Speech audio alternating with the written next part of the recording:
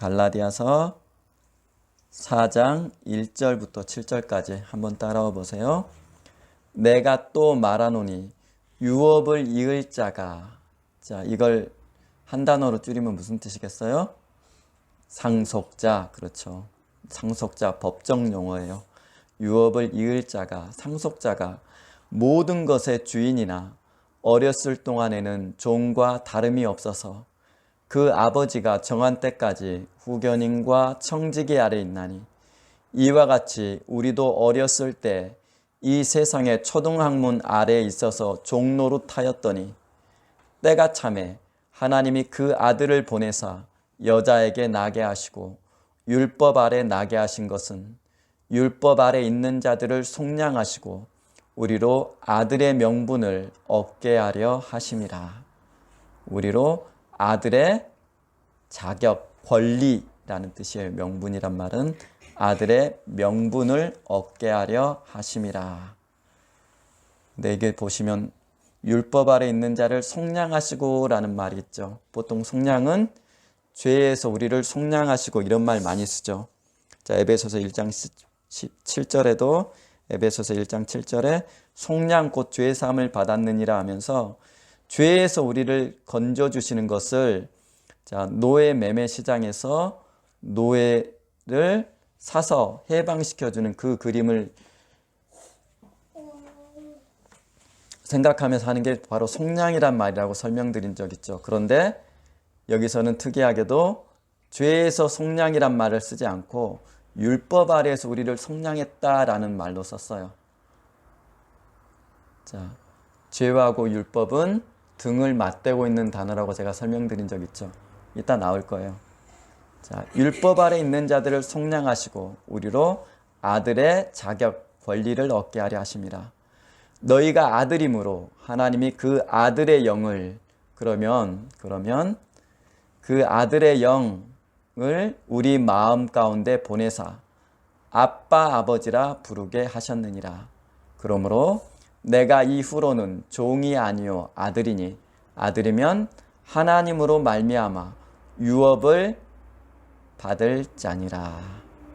자, 그래서 과거에 한번 이 구절 설명드린 적 있죠. 아들의 명분 할 때 아들이 뭐라고 그랬어요? 원전에 양자의 명분을 얻게 하려 하심이라, 이렇게 읽으셔야 돼요, 원래. 그러면 6절에 나오는 그 아들의 영을 할 때 그 아들은 무엇을 받는 말이겠어요? 자, 5절 하반절에 양자를 받는 말이겠죠. 아들은 아들인데 어떤 아들? 양자의 영을, 이렇게 읽으셔야 되겠죠. 그러면 뭐하고 똑같은 말이 돼요? 로마서 8장 15절 말씀과 똑같죠. 그렇죠? 거기도 똑같은 말씀이 나오죠.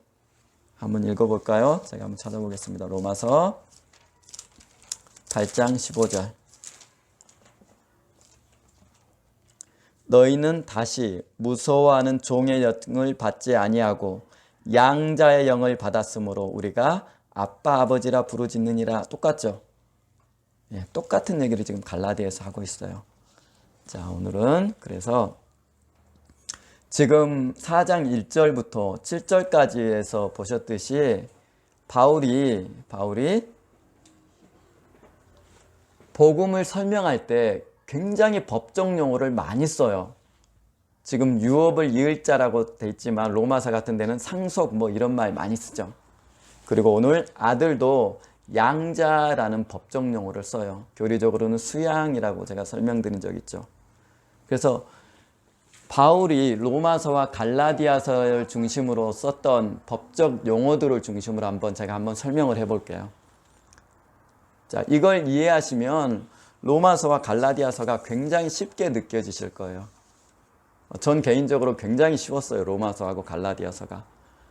왜냐하면 학부 때 법학을 했기 때문에 이 논리들이 너무나 잘 이해가 됐어요. 우리가 알다시피 바울이란 사람은 율법학자죠.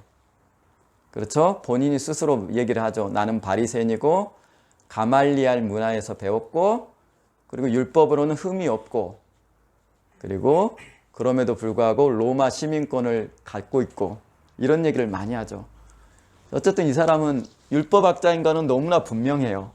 그런데 동시에 바울이 썼던 로마서와 갈라디아서를 읽어보면 당시 로마법에서 썼던 로마 법 체계가 그대로 드러나 있어요.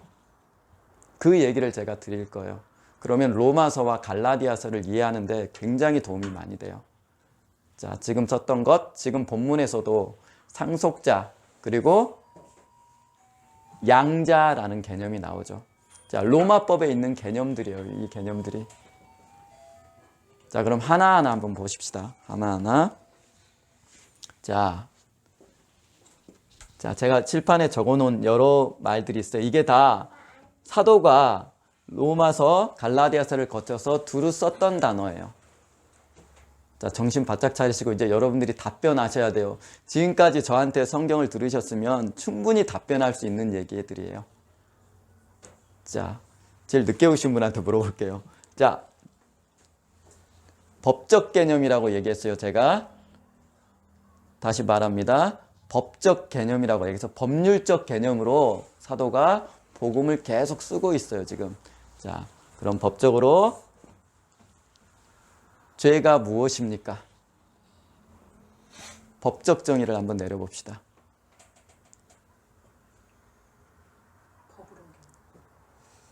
자, 맞아요. 한성님, 죄가 뭐예요?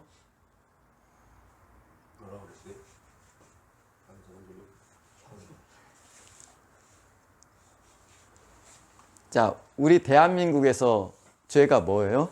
법적으로 한번 생각해보면 뭐가 죄예요?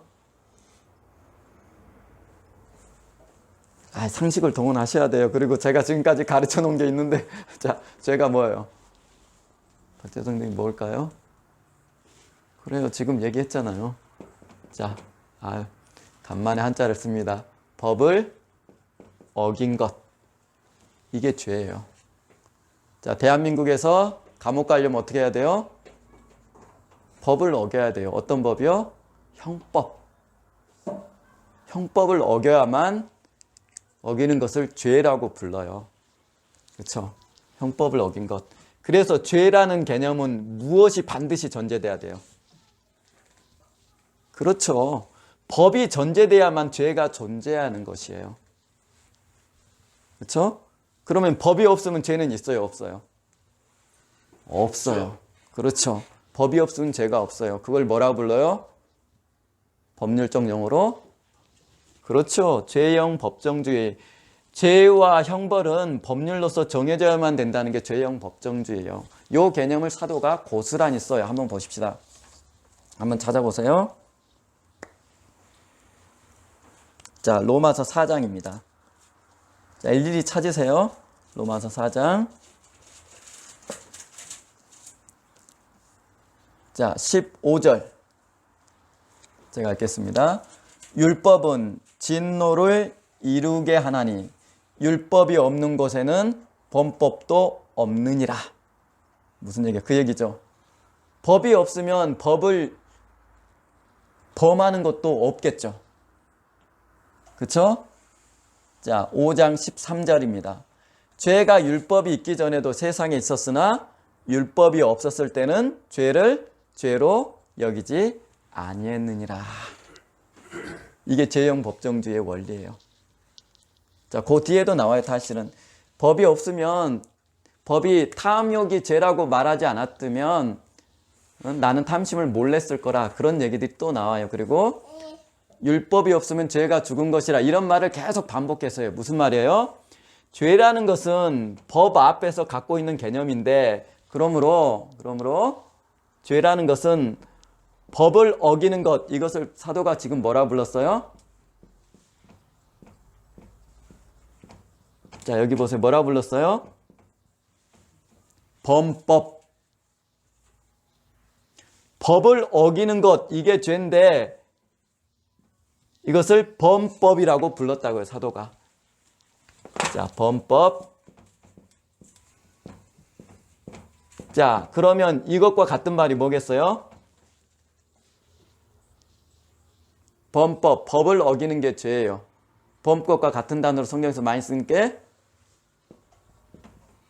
범죄. 같은 말이겠죠. 법을 어기는 걸 범법이라 하고 법을 어기는 것 자체를 또 뭐라고 불러요? 죄를 범했다 그래서 범죄라고 부르는 것이에요. 전부 법에서 쓰는 용어들이에요.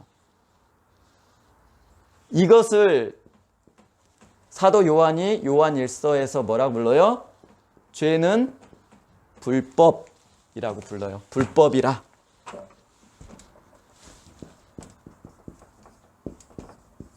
전부 무슨 개념이에요? 법에서 쓰는 개념들이에요. 죄, 법을 어기는 것을 범법, 그리고 이 법을 어겼다는 그 사실을 뭐라고 불러요? 우리가 범죄라고 부르고 그 법을 어긴 자체를 불법이라고 불러요. 그리고 이것을 행한 사람을 자자를 붙여서 뭐라고 그래요? 범법자, 범죄자, 불법자 이렇게 부르는 것이에요. 이것을 우리가 일상 용어로 뭐라고 불러요? 이 상태를 저지른 사람을 죄인이라고 부르는 거예요. 이건 법률 용어는 아니죠. 법에서는 뭐라고 불러요? 죄인이라고 부르지 않고 범죄인, 인도조약 뭐 그런 말 들어본 적 있죠? 그렇죠. 이런 단어를 써요. 범법, 범죄, 불법. 지금 사도가 이 단어를 그대로 써요.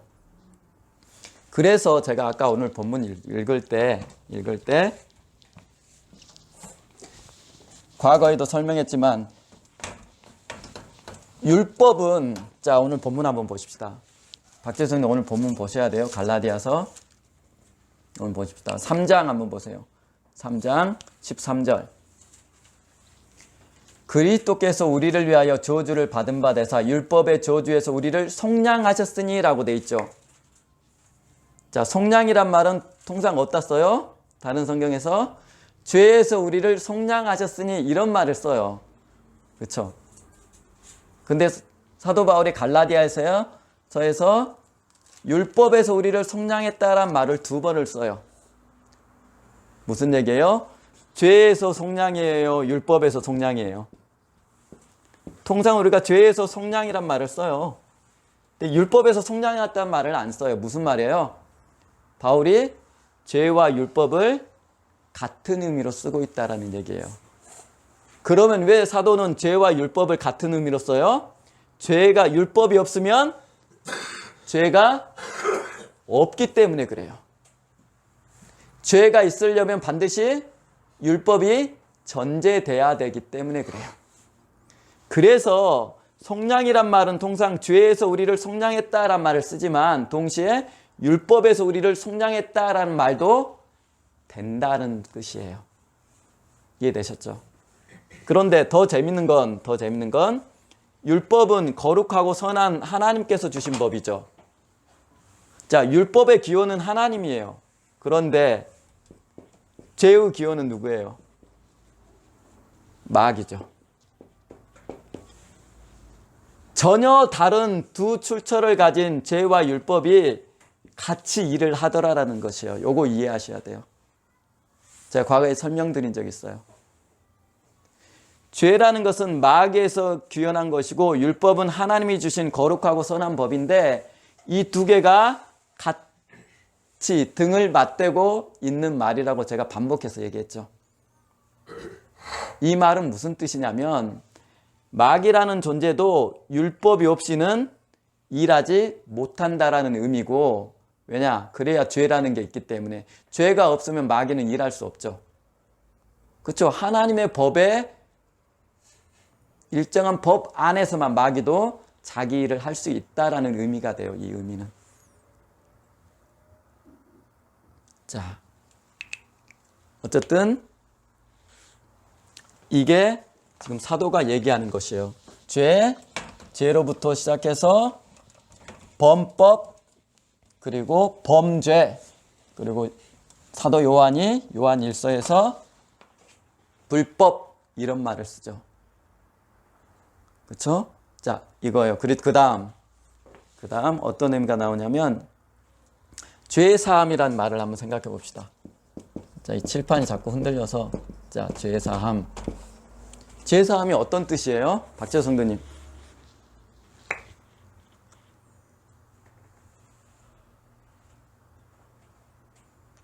자, 사도가 법적인 개념을 가지고 이것도 설명해요. 죄사함이 뭐예요?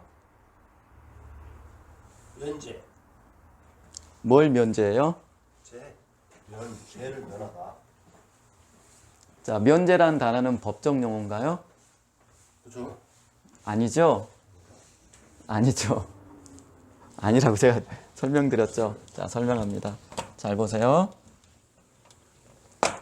자, 얘가 아담이에요. 자, 아담을 예로 들어 설명해 봅시다.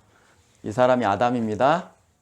자, 아담이 범죄했다라고 로마서에 계속 얘기죠. 한 사람의 범죄함으로 얘기하죠. 자, 아담이 범죄하기 위해서는 뭐가 필요하겠어요? 법이 필요하죠. 그래야 그게 죄가 되니까 그때 주어진 법이 뭐예요? 하나님께서 먹지 말라. 이게 법이에요. 이것을 아담이 어겼어요. 그러니 그 행동을 뭐라고 불러요? 법으로서는 범법이라고 부르고 죄로서는 범죄라고 불러요. 그 행동을. 그리고 이렇게 했기 때문에 자자를 붙여서 범법자, 범죄자, 불법자가 되는 것이에요.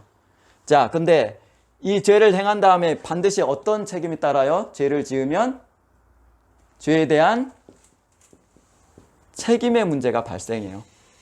그렇죠? 그걸 하나님께서 창세기에 뭐라 그래요? 반드시 죽는다. 다시 말해서 이 책임은 형벌의 문제가 발생한다는 거죠. 그렇죠? 내가 누구 사기쳤어요. 그럼 감옥 가죠. 감옥 살아야 되죠. 이게 책임의 문제예요. 이것을 법률 용어로 죄책이라고 불러요. 죄책, 죄에 대한 책임. 그게 뭐예요? 사망. 그래서 로마서에 뭐라 그래? 죄의 싹은 죄를 지으면 어떤 비용을 들여야 돼요? 사망이란 비용을 너희가 지불해야 된다라는 것이에요. 그렇죠? 그럼 죄의 사함은 뭐예요? 형벌. 죄로 인해서 책임져야 되는 형벌의 문제인 사망을 예수님께서 대신 죽어주심으로 지불해 주신 것, 이게 죄의 사함이에요. 그러니까 이것은 단 1회적이에요. 단 한 번. 죄책, 법률적 개념이에요. 그래서 이것을 제가 뭐라 불렀어요? 사면. 법적으로 사면이란 말을 썼죠. 이해되시죠? 자, 광복절 특사로 무기수들 사면해 주죠. 바로 그와 같은 게 죄사함이에요. 자, 그러면 이제 죄책, 형벌을 사면해 줬어요. 이 사람은 이제 범죄자예요, 아니에요? 그렇죠. 범죄자 아닌 것을 뭐라 불러요? 자유자라고 성경이 불러요. 갈라디아서에서. 그렇죠. 죄책이 없어졌기 때문에, 사면받아서 없었기 때문에 자유자가 된 것이에요. 이게 죄사함이에요. 단 1회예요. 단 1회. 그럼 저와 여러분이 교회에 와서 맨날 회개하는 그것은 뭐예요? 죄책에 대해서 회개하는 거예요? 박재수님 뭘 회개하는 거예요? 우리 교회 와서 하는 거?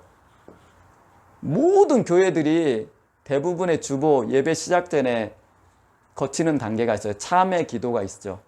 일주일 동안 지은 죄를 회개하고 하나님 앞에 예배 드리기 전에 하는 그게 모든 교회가 거의 다 있어요. 제가 대한민국 주보들 거의 다 봐봤는데 우리 대학원 수업 때 했었죠. 자, 모든 교회들이 다 있어요. 참회 기도 시간에. 지금 천주교도 마찬가지고 다 어때요? 그건 뭐예요? 죄책 때문에 그래요? 아니요. 이건 예수 믿을 때 한 번에 훌라당 날아갔다 그러죠. 단 한 번. 그건 뭐예요? 여러분 안에 있는 아담이 지을 때 여러분의 마음속에 같이 생겨난 뭐예요? 부패한 본성 때문에 지은 죄. 요걸 회개하는 것이에요. 자, 이제 여기까지 이해되시죠? 여기까지 이해되시죠? 그리고 죄의 기원은 뭐라고 그랬어요? 제가 설명드렸죠. 과거에 죄할 때. 모든 죄의 시작은 뭐예요? 욕심. 여러분 안에 지금 있죠. 여기 앉아 있어도. 여러분 예수 믿어도 여러분 안에는 미움도 있고 시기도 있고 음란함도 있고 탐욕도 다 들어있어요. 그의 뿌리가 뭐예요? 야고보가 욕심이라고 불러요. 그러니까 욕심이 죄의 씨앗이에요. 그 욕심 안에 그 모든 시기와 질투와 음란한 그 모든 게 다 들어가 있는 것이에요. 자, 이 얘기 제가 드린 적이 있어요. 자, 이렇게 법률적으로 사도가 설명을 해요. 자, 이제 여기까지 설명해서 또 사도가 사용하는 뭐예요? 의인됨. 자, 의인됨이란 말을 쓰죠. 이것을 우리가 교리적으로 칭의라고 불러요. 칭의. 자, 로마서 한번 가봅시다. 자, 로마서 잘 봅시다. 자, 로마서 4장.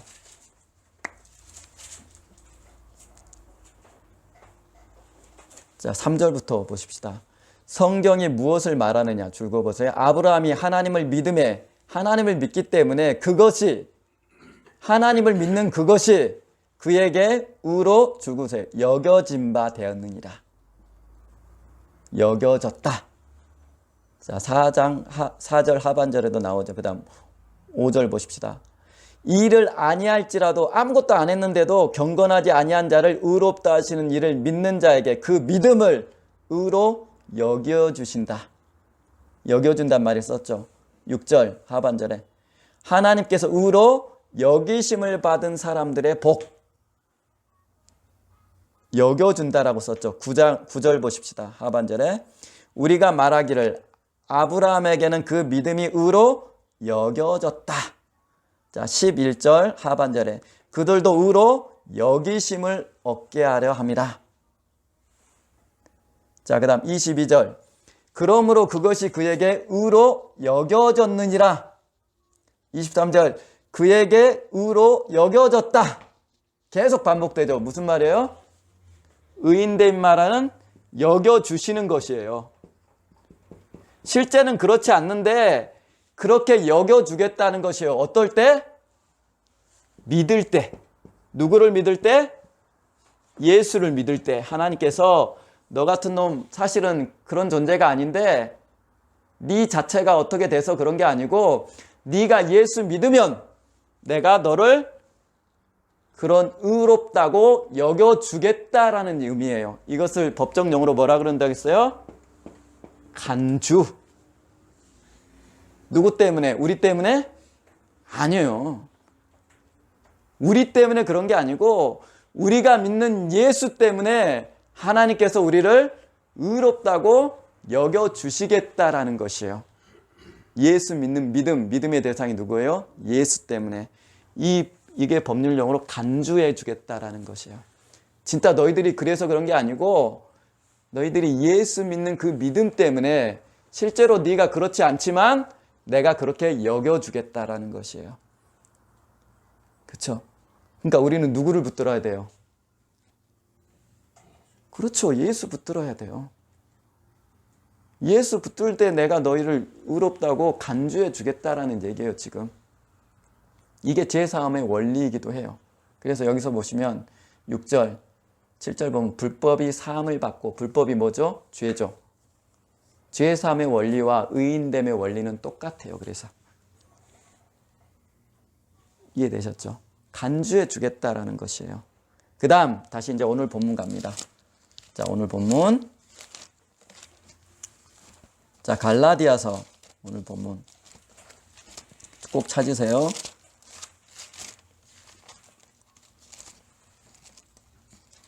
자, 갈라디아서 4장 보십시다. 5절 율법 아래 있는 자들을 속량하시고, 자, 율법과 제가 같은 의미로 쓰였죠. 율법 아래 있는 자들을 속량하시고 우리로 아들, 여기가 원전의 양자예요. 양자. 아들이 아니고 양자로서의 아들. 양자의 명분, 자격, 권리를 얻게 하려 하심이라. 어떨 때? 그 아들을 믿을 때. 그러면서 6절 보십시다. 너희가 아들이므로. 자, 이때 아들은 그러면 5장 하반절에 양자라는 말을 받는 말이겠죠. 아들인데 어떤 아들? 법적으로 아들 된 양자. 너희가 아들, 양자이므로 하나님이 그 아들의 영, 양자의 영, 로마서 8장 15절 말씀하고 똑같다 그랬죠. 우리 마음 가운데 보내사 아빠 아버지라 부르게 하셨느니라. 이때 쓴 게 뭐예요? 양자라는 말이에요. 자, 양자도 무슨 말이에요? 법정 용어예요. 친생자는 아닌데 내가 너희를 예수 믿으면 법적으로 친생자와 똑같은 지위를 누릴 수 있는 양자로 삼아 주겠다라는 것이에요. 어떨 때? 그 아들을 보내사 그랬죠. 아들을 믿을 때. 이해되시죠? 그러니까 사도는 율법학자인 동시에 로마법에도 굉장히 정통했던 사람 같아요. 굉장히 일상적으로 법 개념을 갖다 써요. 지금 로마서와 갈라디아서를 보면. 그러니까 법학한 사람들이 로마서를 잘 읽으면 굉장히 쉽게 이해할 수 있어요. 사실은. 자, 이게 양자예요. 그래서 이걸 교리적으로 제가 뭐라 그랬죠? 수양. 기독교 교리에서는 수양이란 말로 써요. 똑같이 친생자는 아닐지라도 법적으로 친생자와 동일한 권리를 누리게 해주겠다. 그래서 예수님께서 뭐라 그래요? 그 아들을 믿는 자, 영접하는 자, 곧 그 아들을 믿는 자에게는 자녀가 되는 권세. 그걸 뭐라 그랬어요? 공동번역, 세번역은 특권이라고 번역을 했어요.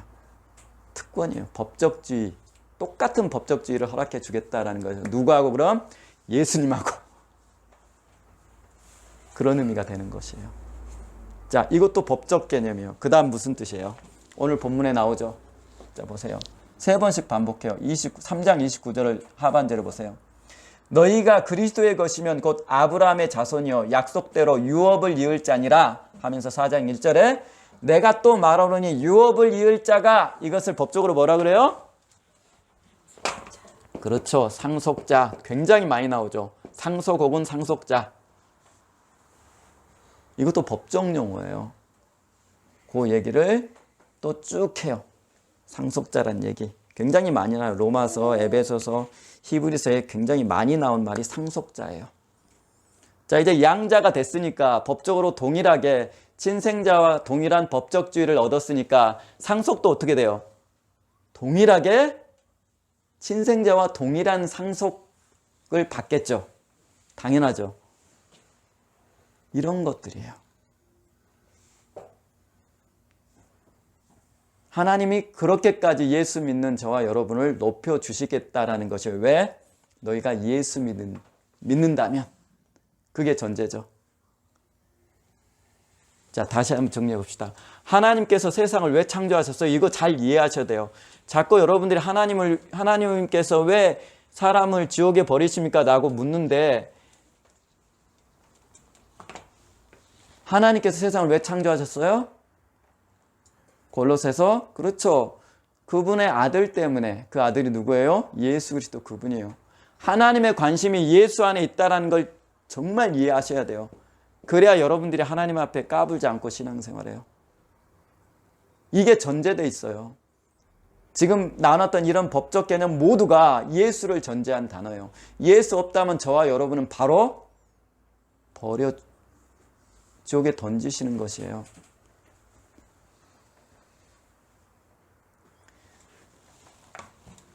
인간은 태어날 때부터 제가 설명드렸죠. 자, 사망이라는 죄책, 형벌이죠. 사망은. 형벌이라는 것 짐을 안고 태어나요. 동시에 마음의 부패함, 이것을 교리적으로 오염이라고 불러요. 마음의 부패함을 갖고 태어나요. 아담의 자손들은. 그러니까 다유리가 예수 안 믿으면 이 아이는 태어난 새부터 죽음이 예정된 거예요. 사망이. 그냥 지옥으로 그냥 직행하는 것이에요. 낭떠러지로 떨어지게 돼 있어요. 거기서 예수 믿으라는 것이에요, 여러분들. 그러니까 지옥을 보내신 게 아니고 지옥에 가는 여러분들을 손 내밀어서 잡아주는 거예요. 내 손 잡으면 너 지옥에 안 떨어질 수 있어. 이게 기독교 신앙이에요. 자, 요 사망을 예수께서 없애주셨어요. 그러나 남아있는 게 뭐예요? 오염. 그리고 이렇게 사망의 형벌을 예수께서 대신 담당해 주시고 그 은혜의 통치 아래 여러분을 두신 다음에 이 오염, 부패한 여러분의 본성을 다루어 가시죠. 그래서 이건 삭제되고 없어지는 게 아니라 그랬죠. 여러분 예수 믿지만 여러분 마음 가운데 뭐 있어요? 욕심 있어요? 없어요? 욕심 있죠. 게으름도 있죠.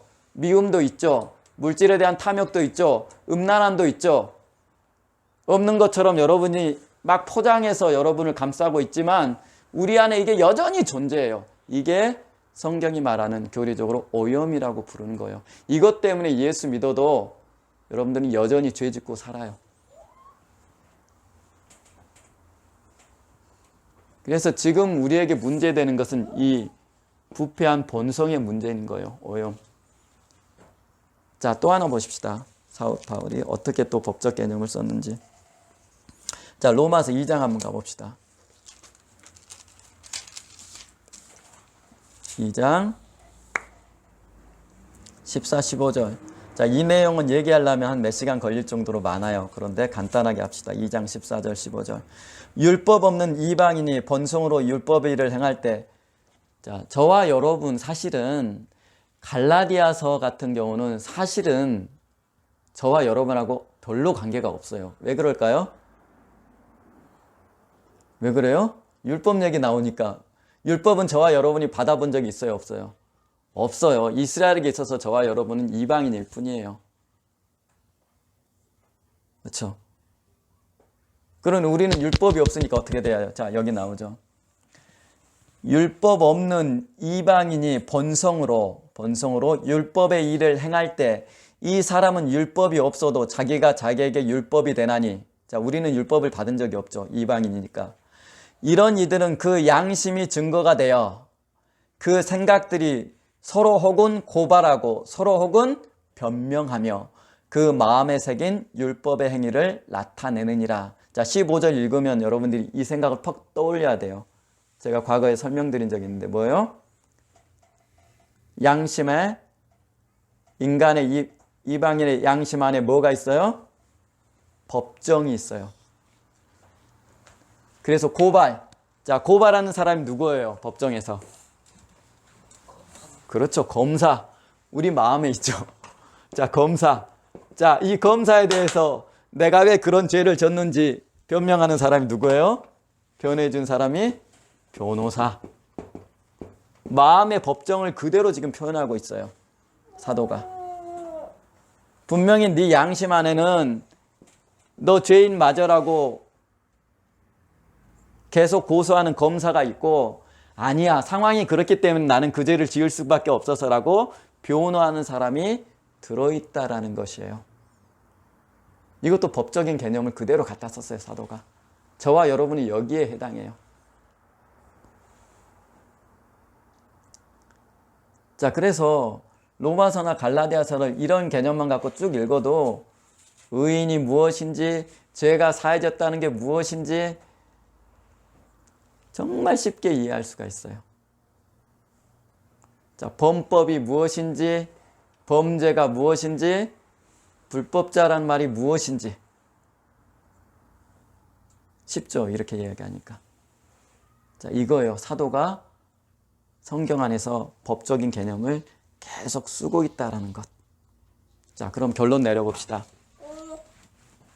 하나님의 말씀은 뭐예요? 하나님의 말씀은 법이고, 두 번째, 지금까지 한 것 그대로 언약이고, 세 번째, 목사님 얘기하신 진리고, 네 번째, 그 본질은 영이고, 다섯 번째, 피조물에게는 생명이고, 여섯 번째, 상태적으로는 살아있고, 영원히 살아있고. 지금까지 저와 여러분이 나눴던 하나님의 말씀의 정체예요, 이게. 하나님 말씀이 법이기 때문에 아담이 어겼을 때 불법자, 범법자, 범죄자가 됐고, 그래서 그 책임으로 죽음을 당한 것. 하나님 말씀은 언약이기 때문에 아담이 언약을 깨트렸다라고 호세아서 얘기하죠. 하나님 말씀이 진리이기 때문에 그 말씀 안에 거할 때는 자유를 얻고, 동시에 그 말씀 밖으로 나가면 어떻게 돼요? 정죄를 받죠. 그러니까 하나님 말씀은 자유를 주기 위해서 우리에게 준 것이에요. 그러면서 제가 과거에 법의 두 가지 성격 설명드렸죠. 대한민국이라는 나라의 법이 있죠. 그쵸? 우리가 지금 안전하게 살 수 있는 이유가 뭐예요? 법이 우리를 지켜주기 때문에 그래요. 그래서 평상시는 법이 있는지 없는지 우리 신경도 안 쓰고 살아요. 그쵸? 그런데 우리가 범죄했을 때 어떻게 해요? 법이 와서 우리를 구속하기 시작했죠. 이게 하나님 말씀이 갖고 있는 속성과 똑같아요. 그 다음 세 번째, 하나님 말씀의 본질은 영이라는 것. 그리고 피조물에게 임할 때는 생명이 된다는 것, 피조물에게. 그리고 하나님 말씀이 피조물에게 임할 때는 어떤 형태? 반드시 명령으로 임한다는 것. 그래서 먹지 말라라고 아담에게 얘기하는 거예요. 명령이에요. 예수님도 나는 그의 명령이 영생인 줄 안다라고 얘기하시죠. 그리고 하나님의 말씀은 영원히 존재한다라는 것, 살아서. 자, 지금까지 저와 여러분이 나눴던 하나님의 말씀의 정체예요, 이것이. 자, 이제 이런 개념을 가지고 로마서나 갈라디아서를 읽어보세요. 굉장히 쉬워져요, 성경이. 자, 제가 기도하겠습니다.